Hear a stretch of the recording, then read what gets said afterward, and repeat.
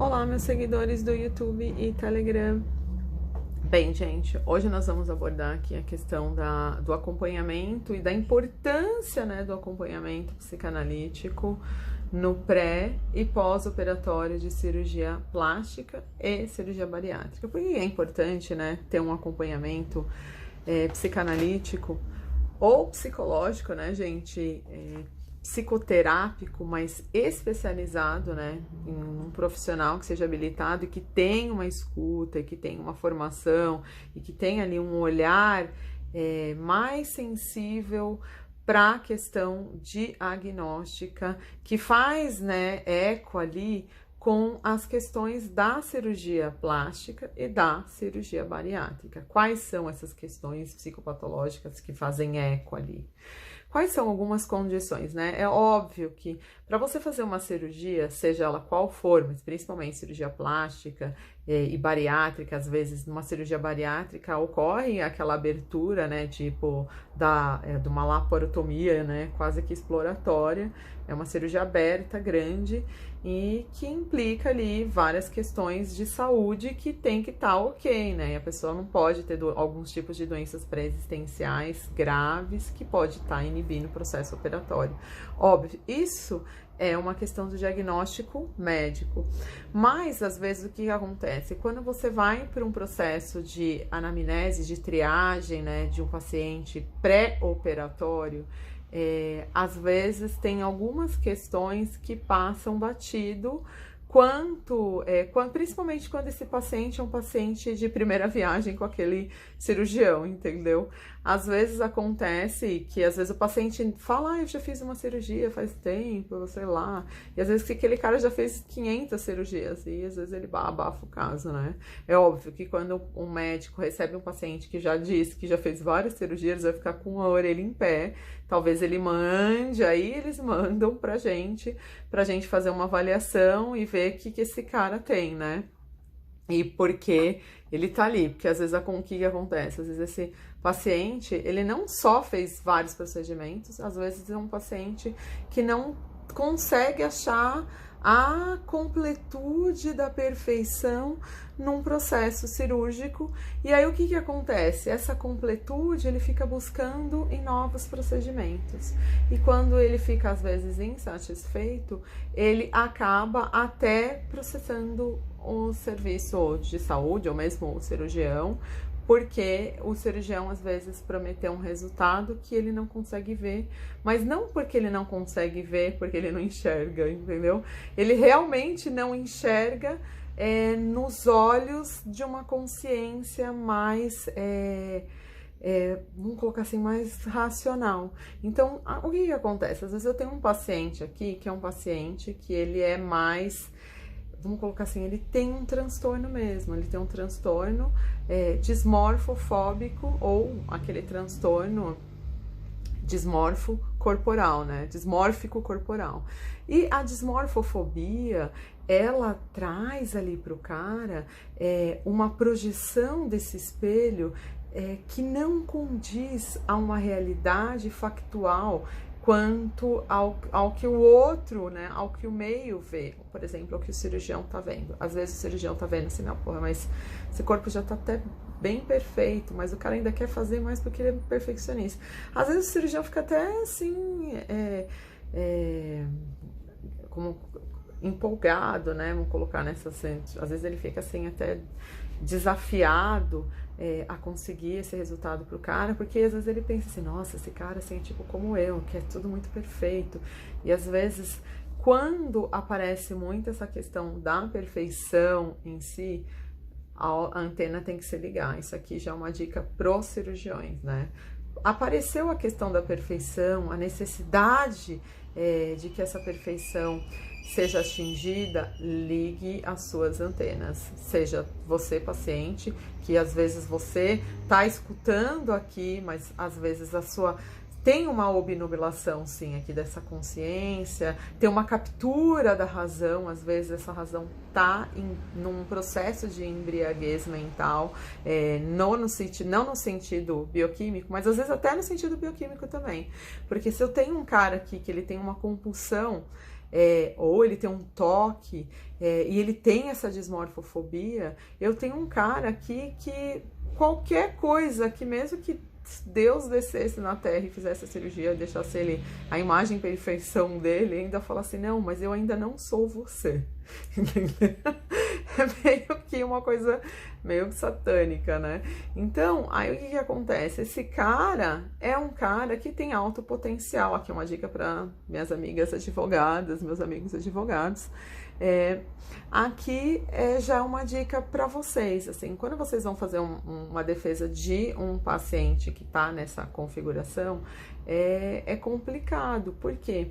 Porque, primeiro, que se esse cirurgião depois, ele só viu isso depois de ter feito a cirurgia, que o cara tá entrando, sei lá, com processo e coisa e tal, esse cara, se ele tem um prontuário de recorrências cirúrgicas, é um cara que provavelmente tem uma dismorfofobia ou tem algum tipo de transtorno obsessivo e que ele tá buscando na cirurgia aquela perfeição. Gente, aqui eu não tô tirando o nosso desejo de conseguir a perfeição corporal num processo cirúrgico. Quando a gente tem ciência do que o nosso corpo do que às vezes a gente vai passando nesse processo de degeneração, né, com o envelhecimento e com todo o processo mesmo de degradação corporal, e a gente busca a cirurgia para correção e para que a gente, de alguma maneira, fique ali um pouco mais, com uma autoestima mais elevada quanto à questão mesmo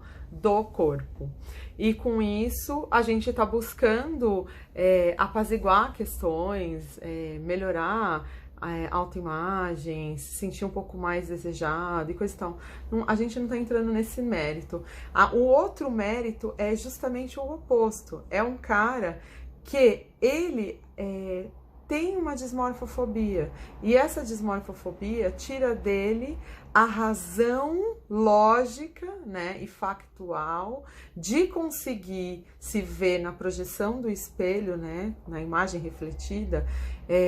Ele não consegue achar, ele busca até narcisicamente essa perfeição, mas está muito mais atrelada a uma questão de um transtorno, né, vamos colocar assim, às vezes compulsivo, e de um foco do pensamento, e de um foco de buscar essa perfeição nessa parte do corpo, que qualquer coisa, que ele pode fazer vários procedimentos, que ele nunca vai chegar numa perfeição. Ele fica nas primeiras semanas feliz e depois ele vai ficar de novo. Por quê?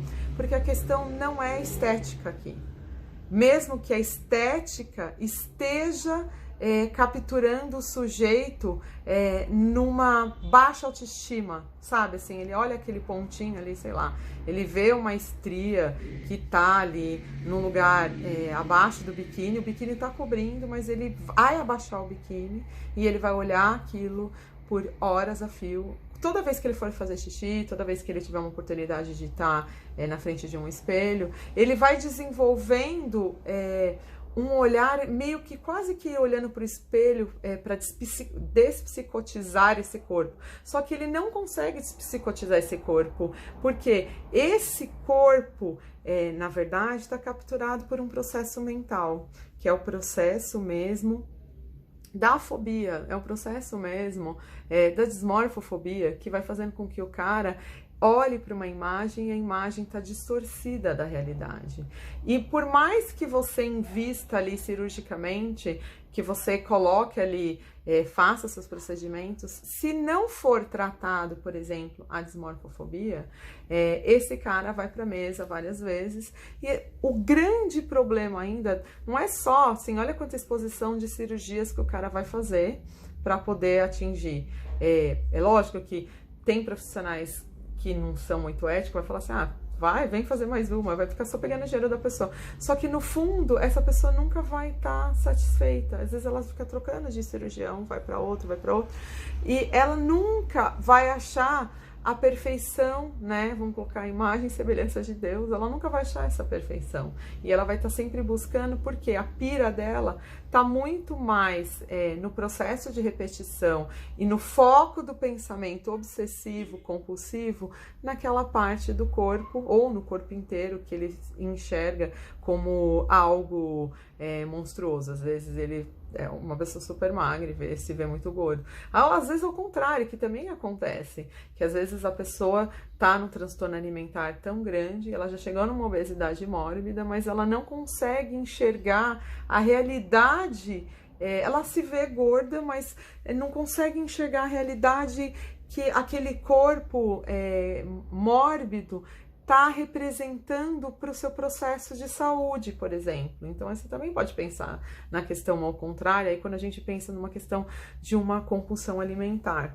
Aí, quando o cara, por exemplo, já está no processo de compulsivo alimentar, onde o alimento passa a ser como se fosse uma droga-adição, entendeu? Quando o cara tem um transtorno alimentar, você vai fazer uma cirurgia bariátrica, por exemplo, no cara, ou uma cirurgia, depois uma cirurgia plástica, esse cara tende a ter riscos, inclusive, de vida, porque quando ele começar a voltar ao seu nível de consciência normal, as dores do pós-operatório começar a melhorar, afrouxar, são aquelas pessoas que vão tomar litros de refrigerante ou mesmo de leite condensado, coisas que são extremamente calóricas e que cabe, porque elas são líquidas, elas vão fazer volume, que quando acontece, quando você faz a cirurgia bariátrica, que você come muito volume, quando você comer volume, você já não aguenta, você pode pôr para fora. Então, a êmese, ela só se apresenta quando a pessoa vai fazer consumo de coisas pesadas. Agora, quando a pessoa tem um processo mais de um transtorno alimentar, o que ela tende a fazer? Ela tende a buscar alimentos que não vai pesar muito, mas que vai ter ganho energético enorme. Então, aquele corpo, né, que foi operado, que passou todo por um processo, tende a voltar. E aí o cara vai falar assim, não deu certo, não sei o quê. Por quê? Porque esse cara, primeiro, antes dele fazer a cirurgia, ele não foi assistido psicanaliticamente. Porque se ele for assistido psicanaliticamente, primeiro a gente vai fazer toda aquela triagem, vai descobrir que o cara, quais são os traços. Então, é lógico, você vai falar assim, numa obesidade tá gritante a oralidade. Óbvio. Beleza, mas abaixo às vezes da oralidade, eu tenho ali, por exemplo, um psicopata na dor, que tá passando por uma vitimização e que descobriu que às vezes ter uma obesidade mórbida faz ele ter um ganho secundário, que a família dá mais atenção, que as pessoas ficam com dó, que acontece... Ixi, tem vários, ou tem uma zoca ali, que tá ali, tipo, comendo assim pra, tipo, calar o peso das costas que ele carrega no mundo, ou às vezes tem uma pessoa ali que tá totalmente num processo irracional ou pirado de alguma situação emocional que capturou a pessoa no seu princípio do prazer, né? Que é um dos princípios fundamentais, né, pra gente ter uma constituição saudável de um psiquismo. E às vezes esse cara, ele tá muito mais capturado, às vezes por esse sistema de recompensa, né, que o cérebro faz e promove num processo de drogadição alimentar. Essa drogadição, ela pode se chamar de drogadição mesmo. Por quê? Porque é um sujeito que ele vai fazer o abuso do alimento. Ele não está se alimentando para se nutrir, ele está se alimentando para calar alguma dor emocional.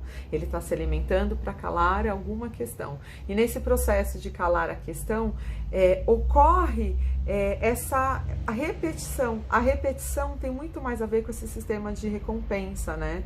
Que está muito mais lá dentro, né, das questões primitivas mesmo do cérebro, núcleo accumbens.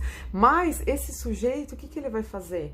Ele praticamente adormece, ele faz como se fosse uma anestesia, né? Vamos colocar assim, ele causa uma certa embriaguez dessa razão e da racionalidade, mesmo que ele tenha traços de racionalidade, mas a captura da dor desse sujeito está muito maior para que ele faça esse curativo emocional com a adição de comida.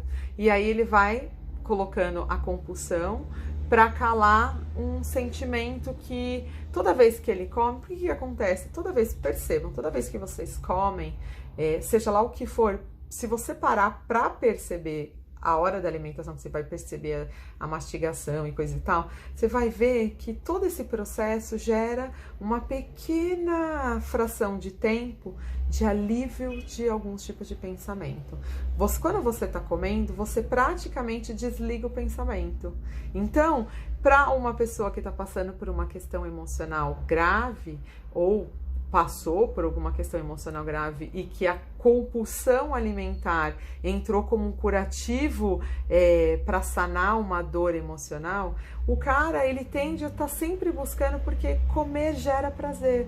Comer gera a produção de inas, né? De endorfinas, de serotoninas, de dopamina, entendeu? Então, isso, até um pouco de adrenalina, né? Se você comer pimenta. Mas se você comer pimenta do reino, por exemplo, forte, já, o cérebro já entende que está saciado. Então, isso também ajuda a emagrecer. Mas, voltando aqui para o nosso caso do processo de compulsão alimentar, a compulsão alimentar ela tem muito mais a ver com o processo de um transtorno obsessivo compulsivo, e que ele coloca ali aquela comida como um curativo emocional, só que é um curativo que não cura, é um curativo que ele te dá uma falsa sensação momentânea de 5 segundos mesmo, e isso faz com que você enxorre seu cérebro de transmissores de prazer, que não chega a ser os mesmos neurotransmissores que você teria, por exemplo, num processo orgástico. Por isso que a gente coloca que o processo de erotização do comer, né, quando você não tem uma erotização adequada, né, com todos os subterfúgios emocionais de pequenas completudes, né, que completude em si não existe, mas de pequenas, vamos colocar, de pequenas satisfações, e que essas satisfações tragam um alívio emocional, você não vai tender a repetir. Por exemplo, quando você come e você, por exemplo, às vezes está passando por um apaixonamento, então você já come, mas você tá muito mais, seu pensamento está muito mais focado no lado emocional. Quando você, por exemplo, se sente amada e se sente desejado, aí você come, mas ao mesmo tempo você fica pensando naquela pessoa, você fala assim, nossa, eu tenho que dar uma paragem aqui. Mas quando a coisa escapa, quando a gente percebe, por exemplo, que a gente tem um paciente que é um paciente que tende até, às vezes até quando você tá num processo de análise, o cara tem alguma coisinha para dar uma beliscada, ou mesmo fica muito ansioso às vezes para acabar a análise, para poder... e ele às vezes até exacerba isso, eu estou com fome, preciso desligar que não comi nada ainda. Então você vê, a pessoa ela vai te trazendo dados, e às vezes num processo de colher histórico do paciente, num pré-operatório, várias coisas às vezes passam desapercebido. E aí quando o cirurgião vai ver, ele tá na mesa com um paciente que tem uma compulsão alimentar, e às vezes tem um processo dismorfofóbico mesmo, corporal, e aí esse cara, ele tende a buscar a perfeição que ele não vai achar, então ele vai estar sempre buscando novos procedimentos, se ele não tratar o lado psicológico dele, que na verdade é o que realmente precisa, a cirurgia plástica que realmente precisa ser feita é uma cirurgia plástica mental, onde realmente a gente vai fazer todas as suturas, tanto da autoestima quanto da autoimagem. A gente vai conseguir, através dessas suturas da autoestima, da autoimagem, colocar esse sujeito num processo mais saudável, narcísico, né? Porque às vezes o narcisismo dessa pessoa também tem alguma falha ali, e às vezes a gente tem uma complicação ainda maior, que por exemplo, uma vigorexia. Às vezes você tem aqui um sujeito que é um sujeito rígido, que ele tem um psicopata alto, e ele tem também um processo dismórfico corporal, que ele se vê gordo, e justamente por se ver gordo, ele acaba...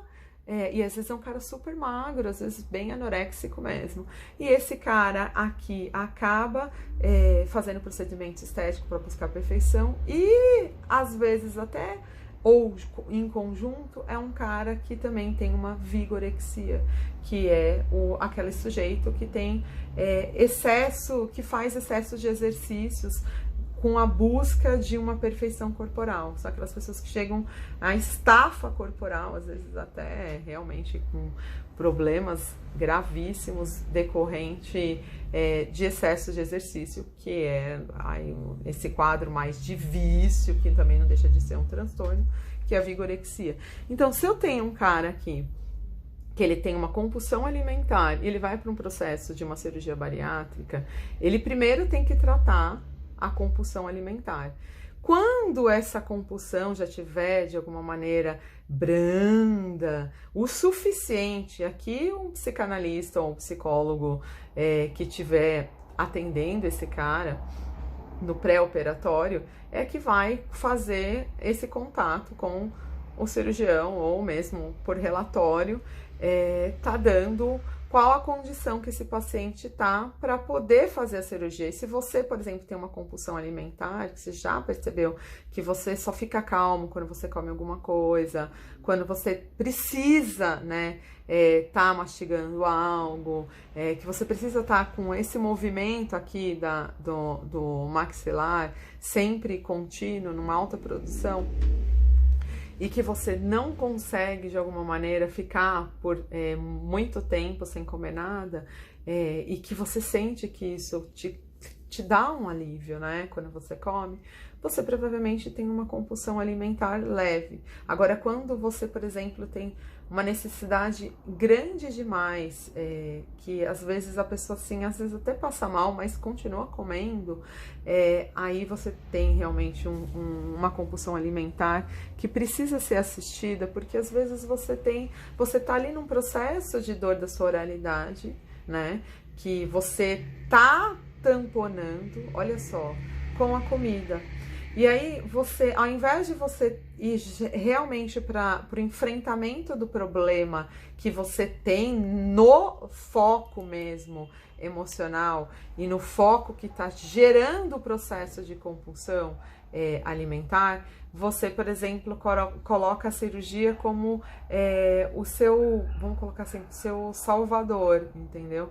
E no final, essa cirurgia pode ser um complicador caso você, por exemplo, não trate primeiro a compulsão, a ponto dessa compulsão tá tão bem assistida que quando você for para o processo operatório, você vai estar muito mais seguro dos resultados e você vai estar muito mais seguro de se manter na dieta que vai ter depois da cirurgia.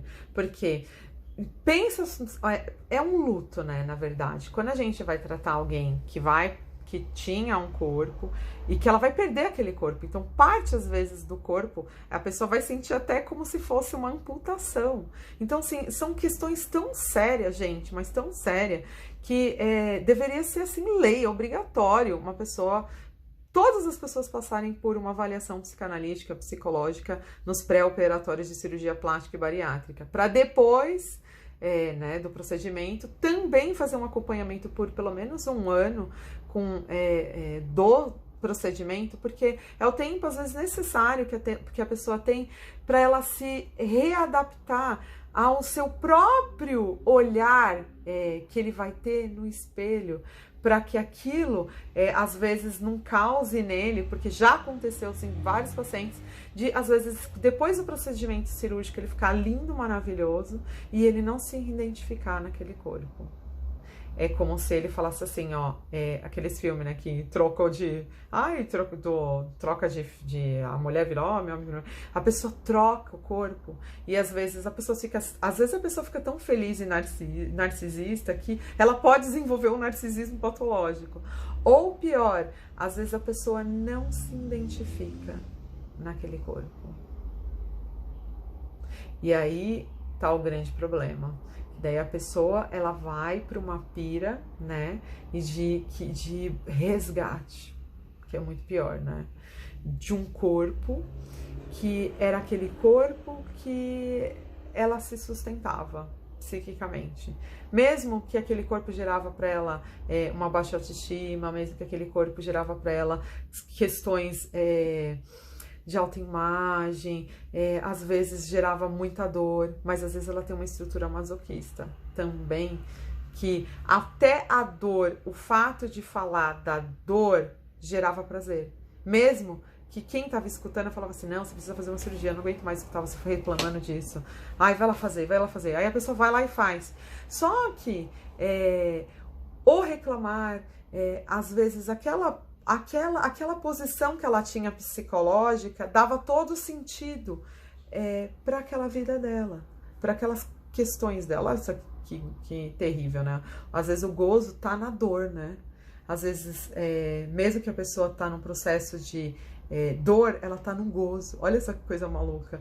E aí, essa pessoa, ela tende a passar, né, ela fez todo aquele procedimento, toda a dieta, emagreceu, e ela tende depois a querer buscar um corpo, por exemplo, que ela tinha antes, que era um corpo que socialmente as pessoas já tinham acostumado, ela já tinha se acostumado com o fato de que ela tinha aquele corpo e que as pessoas às vezes eram legais com ela justamente porque ela tinha aquele corpo, e agora que ela ficou bonitona, ela não consegue.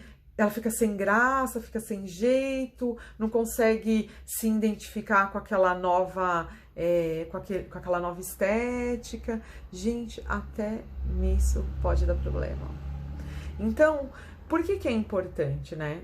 Porque a gente vai criando uma caminha para esse paciente, no sentido de que, olha, nós vamos tratar algumas questões aqui, que você vai ter que se readaptar, muda-se rotina, muda-se...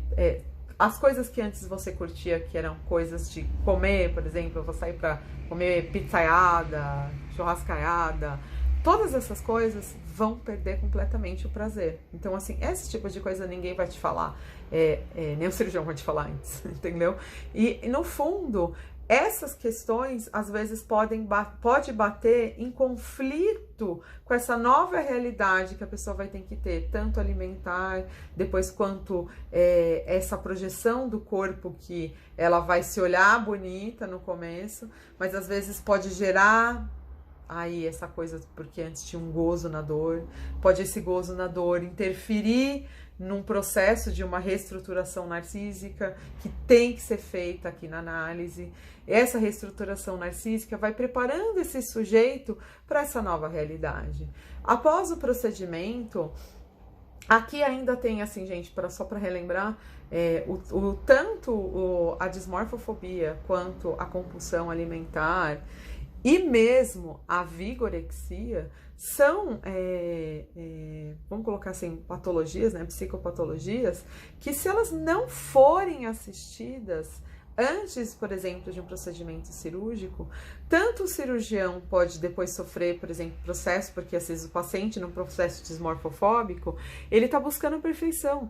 E esse cirurgião não vai conseguir ser o Deus, não vai transformar o corpo dele, que é a imagem e semelhança de Deus, porque ele está buscando essa perfeição, porque ele está numa pira que é muito mais do transtorno obsessivo, compulsivo, e ele tá naquele foco, só olhando ali dismorfofobicamente, né, numa imagem distorcida, aquilo que não lhe agrada. Então, mesmo que foi feito procedimentos ali, ele vai ainda achar um pelinho minúsculo de milímetros, e aquele pelinho minúsculo de milímetros vai virar um monstrão, que na hora que ele for olhar, ele não vai conseguir ver o trabalho perfeito que o cirurgião fez, porque ele vai olhar, por exemplo, uma mini queloidinha que ficou, e essa mini queloidinha vai gerar um processo contra o cirurgião, e pro paciente vai gerar ainda um retorno da dor e do sintoma compulsivo,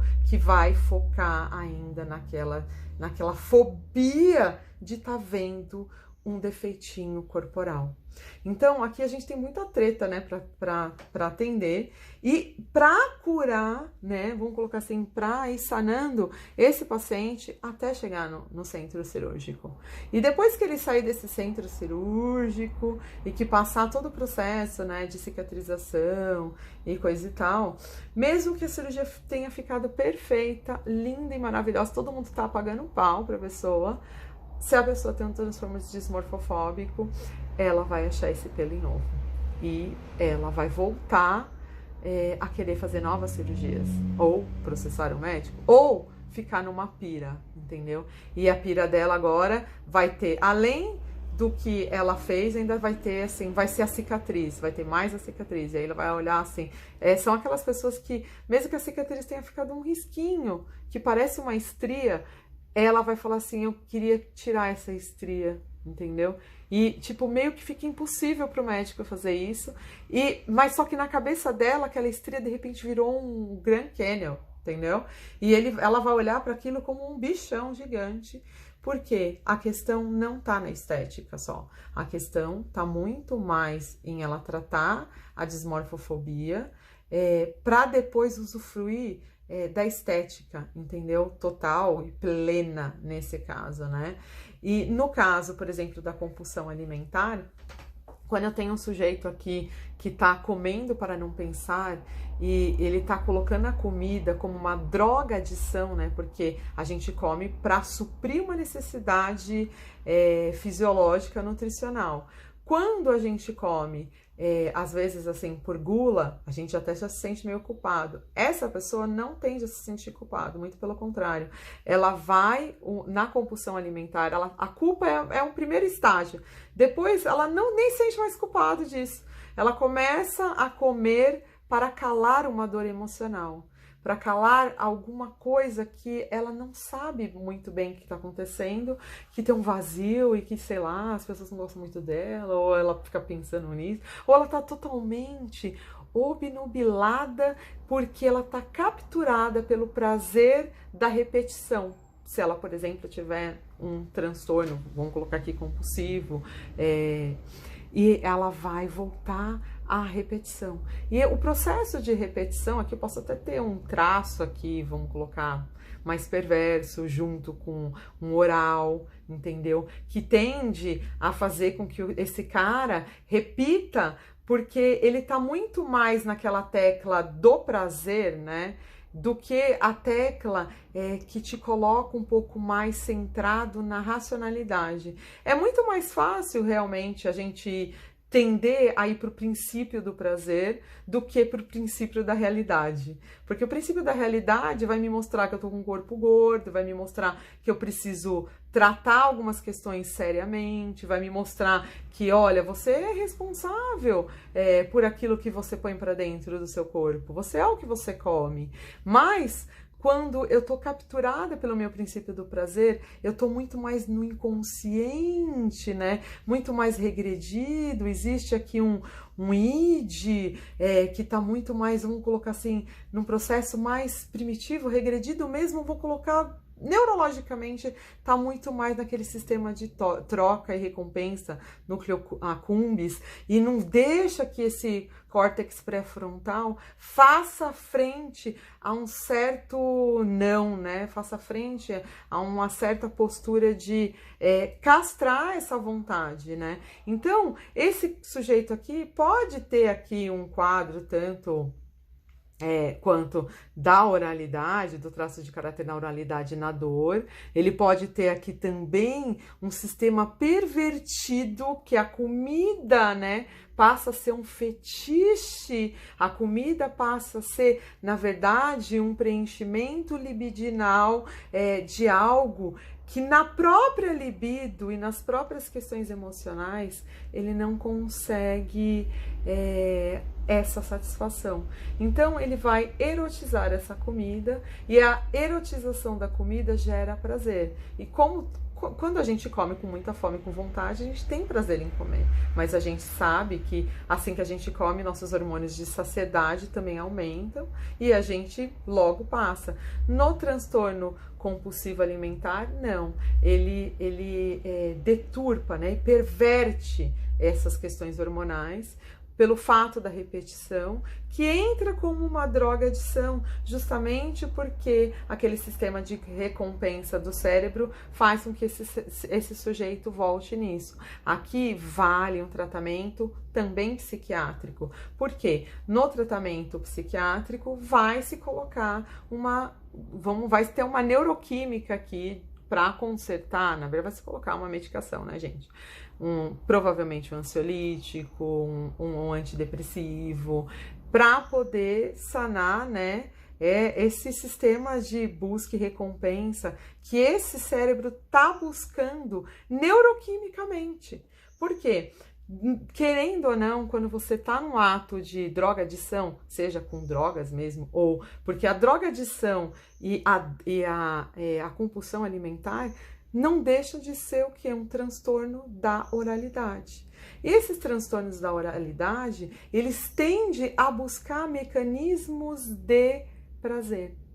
E esses mecanismos de prazer e recompensa acontecem no momento que você come. Seu cérebro vai produzir endorfinas, dopaminas, serotonina, pum, logo você comeu. Aí você tá super, ai, que delícia, feliz. Sim, depois de muito pouco tempo, porque dura muitos segundos, você tem uma necessidade de, ai, agora eu vou comer uma bolachinha, ah, eu já comi isso, vou tomar um caldo de cana, vou comer um chocolate. E aí você fica nesse sistema de busca e recompensa, busca e recompensa, busca e recompensa, enquanto isso, né, gliconeogênese, formando todos os nossos tecidos adiposos e que vai sendo acumulado principalmente em regiões abdominais. Por quê? Porque vai fazer frente também com, dependendo do que você come, com cortisol, com com trocentas coisas que vão ser alteradas bioquimicamente.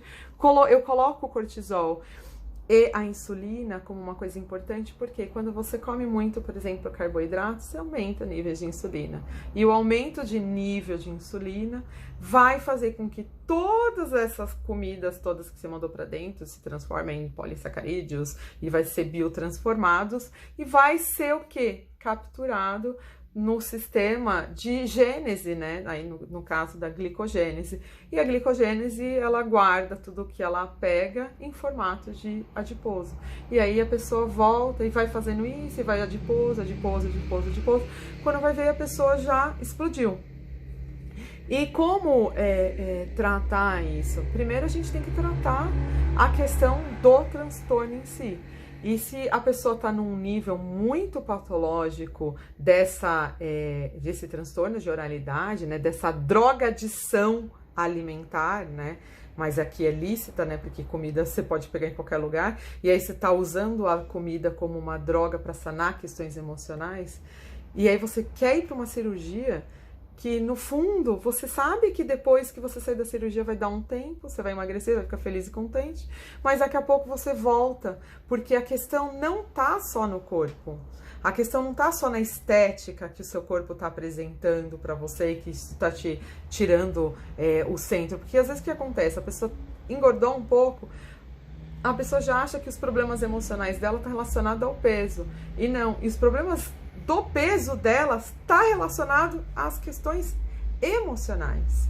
E quando você trata as questões emocionais primeiro, né, dando aí para ela os lugares certos das erotizações, dando aí para ela os nomes certos que tem que ser dado para os sentimentos, as coisas certas que tem que ser dada para uma determinada fase da vida que ela está passando, seja ela por problemas emocionais, relacionais, financeiros ou mesmo às vezes até bipolaridades, problemas realmente psicopatológicos. Primeiro a gente vai fazer uma escuta desse paciente. E escutando esse paciente, a gente vai entender de onde está vindo esse gozo dele nesse processo de repetição e que te leva à condução de tá sempre botando pra dentro algo pra calar uma dor, sabe? Pra calar, às vezes, um buraco emocional que você tá sentindo. Só que isso, o seu corpo vai refletir, nisso o seu corpo vai refletindo nesses processos de deposição aí da glicogênese, onde você vai ganhando massa, né, corpórea, lipídica. E isso interfere em todas as outras questões que você tá passando emocionalmente. Então, os problemas emocionais que estão gerando a obesidade. Então, quando se trata essas questões emocionais, primeiro você está fazendo a caminha aqui, você está fazendo a caminha cirúrgica para você poder fazer uma cirurgia bariátrica e ela ser eficiente do ponto de vista pós-operatório, não só operatório, os médicos se garantem, às vezes pode acontecer uma complicação, mas do ponto de vista mesmo satisfatório e que realmente vai ser um procedimento que deu certo. Porque você vai depois fazer uma manutenção desse emocional para que o seu foco de compulsão, se você, por exemplo, tem um toque, não volte a fazer com que você repita cenas do passado, que às vezes você pode passar por um tempo magro, lindo, maravilhoso, mas às vezes o seu emocional tá tão cagado que você precisa de novo daquele subterfúgio da drogadição alimentar para calar aquelas dores que você não calou no processo terapêutico. E quando você tá dentro de um processo analítico, você vai começar a dar esses nomes, a dar o nome dos bois, tudo, vai tratando todas as questões emocionais que estão ali realmente fazendo com que você entre nesse processo de beber vinho, pinga, pizza e chocolate, vai mais um, entendeu? Aquela coisa meio que tasmania. E aí, quando você entende o porquê que você está fazendo aquilo, que às vezes você está passando por uma questão emocional, tá erotizando a comida em vez de erotizar o erótico, às vezes você vai saindo já, e só o próprio processo terapêutico já vai fazendo uma bariátrica em você, emocional. Você já na própria terapia a gente já vê o paciente emagrecendo. E ele colocando as questões nos seus devidos lugares. Às vezes uma pessoa passa por questões emocionais, ela tá precisando, sei lá, ter alguma coisa que vá suprir o seu emocional, seja ele do ponto de vista emocional mesmo, às vezes do ponto de vista sexual, às vezes do ponto de vista emocional, sexual e todas as outras questões que às vezes englobam o social e questões de vínculo e coisa e tal. E aí, quando a gente trata isso, o cara já tá apto para fazer a cirurgia. E quando ele faz a cirurgia, dá certo. E aí, depois ele começa a fazer as pazes com esse corpo que ele adquiriu. Porque depois do processo cirúrgico de